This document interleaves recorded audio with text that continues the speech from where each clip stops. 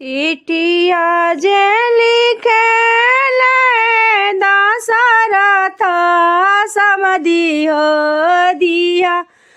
ले जनक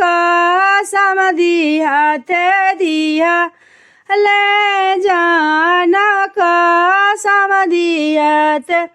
सोने का मड़ावा छावैया समधि जहाँ मोरे राम उतर हो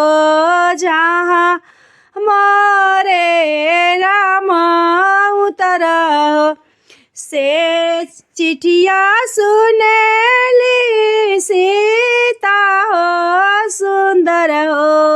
रोवे ली मामी के गदिया हो रोवेली मामी के गदिया हो जे कराही घरवा मम्मी संपतिया नहीं हो कर बेटी कुंवर रैया हो कर बेटी कुंवर रैया हो चुपा हो चुपा खा सुंदर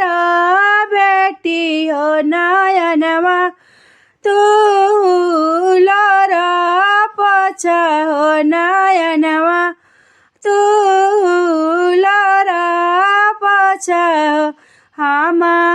छावाई बा बेटी सोने के मड़वा हो जहाँ उतारा राम दुलरुआ हो जहाँ उतारा राम दुलरुआ हो से चिट्ठिया लिखे ले जानक समधि हो दिया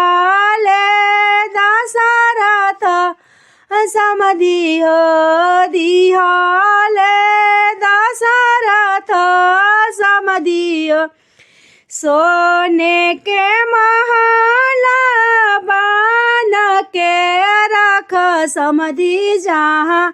मोरे सीता उतर हो जहाँ मोरे सीता सुंदर हो जहाँ उतरा सीता सुंदर हो एतना बचनिया सुना ले राम बेटा हो रोवे ले पापा के जंगिया हो रोवे ले पापा के जंगिया हो जे करे ही घरवा पापा सोने के नाही महल वो कर बेटा कुंवारे रैया हो कर बाबुआ कुंवारे रैया हो चुपा हो चुपा खा दुलरुआ बेटा हो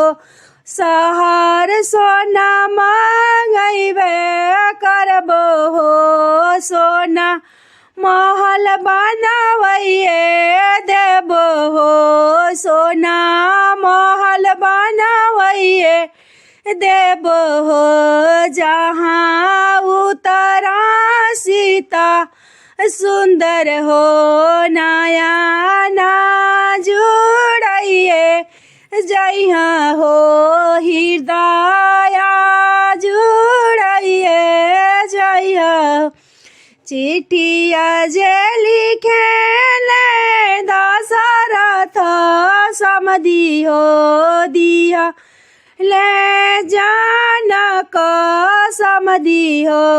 दिया ले जानक